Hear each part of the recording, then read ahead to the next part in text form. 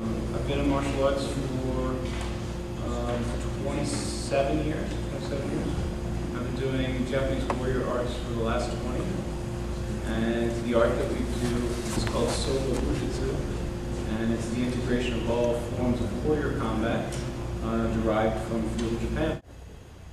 So what we're going to show you is an extremely rare glimpse at a martial art that really wasn't supposed to be brought to this country. Hope you enjoy it. Well, I'm sure we will enjoy it. I want to thank you for volunteering your time and all your time to demonstrate this for us. After talking with Bob Reinhardt and Bob Cabrera and my email to you, I'm pretty excited. So in that technique,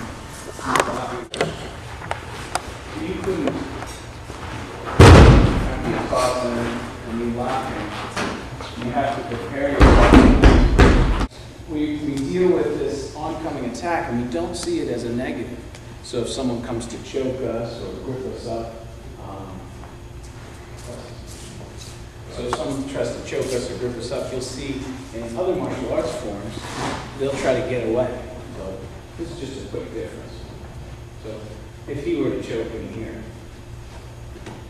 that's what other martial arts forms do. What we do is when that choke comes, we utilize that choke so that that choke and that power of that choke becomes my power. If that makes sense. But that looks a little strange, and I'll show you a little bit more of that in a little bit. That's a spine lock. It's a really powerful lock. Once again, I'll turn to that position so that he can position himself to get ready for the next guy. In the ancient times, it wasn't about that first man that attacked you. It was the fear of the war. That first man, the only thing that he was about, that first guy, was he was about disarming him, and he was about changing his focus from trying to hurt me or kill me into becoming a projectile weapon for the next attacker, or becoming a barrier that I can use to defend myself with.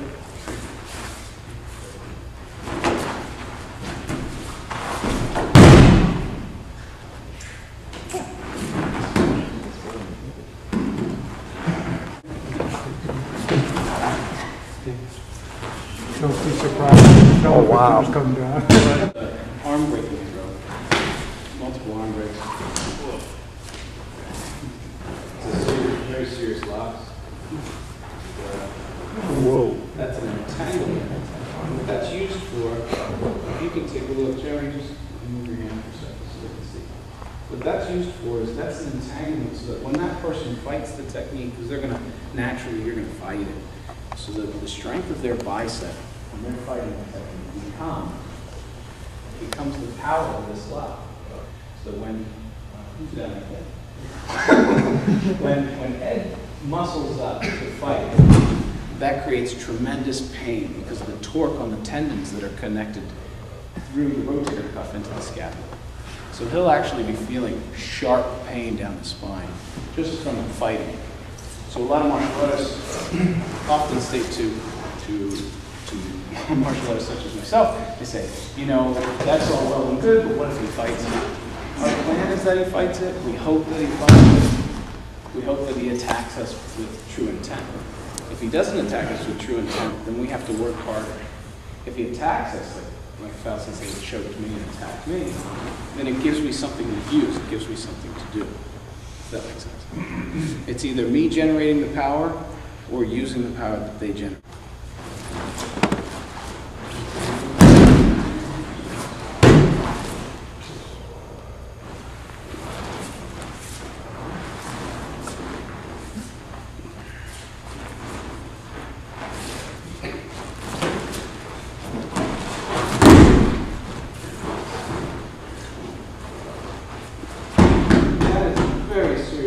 His arm is locked all the way into his spine.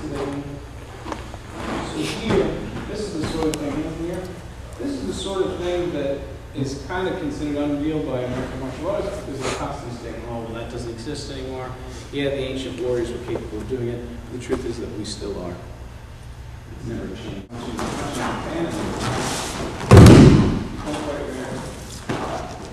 That's the next break in the strangulation. They were kind of into overkill. The plan was whether the strangulation worked or not, I can still break it.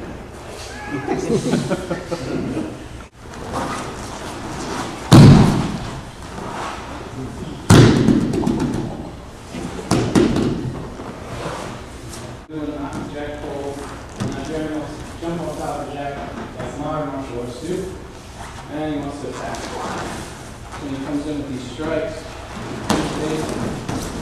do all the lot of those combative skills.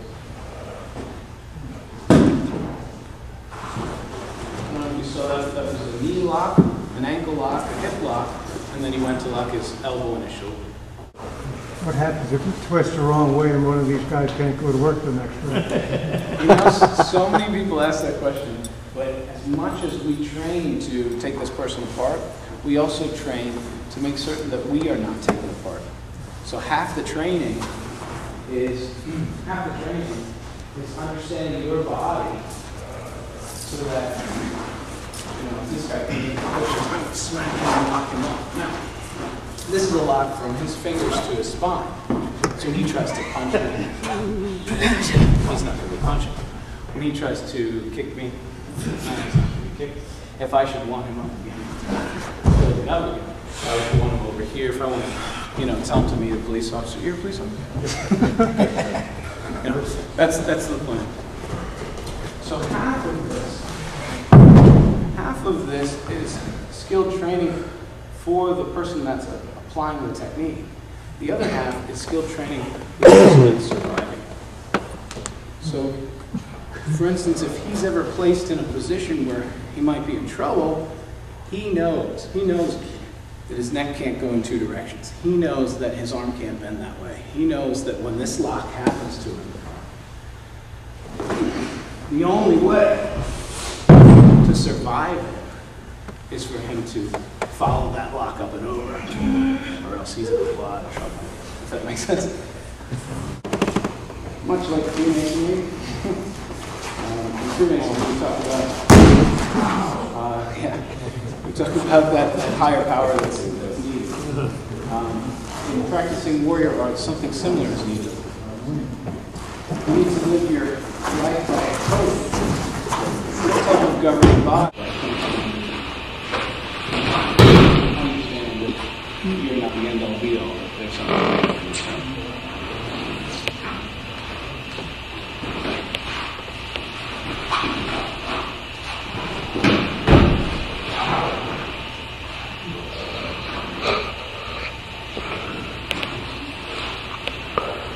I've studied many traditional martial arts, and the reason why I've done this for 20 years is because I've never seen anything close to it.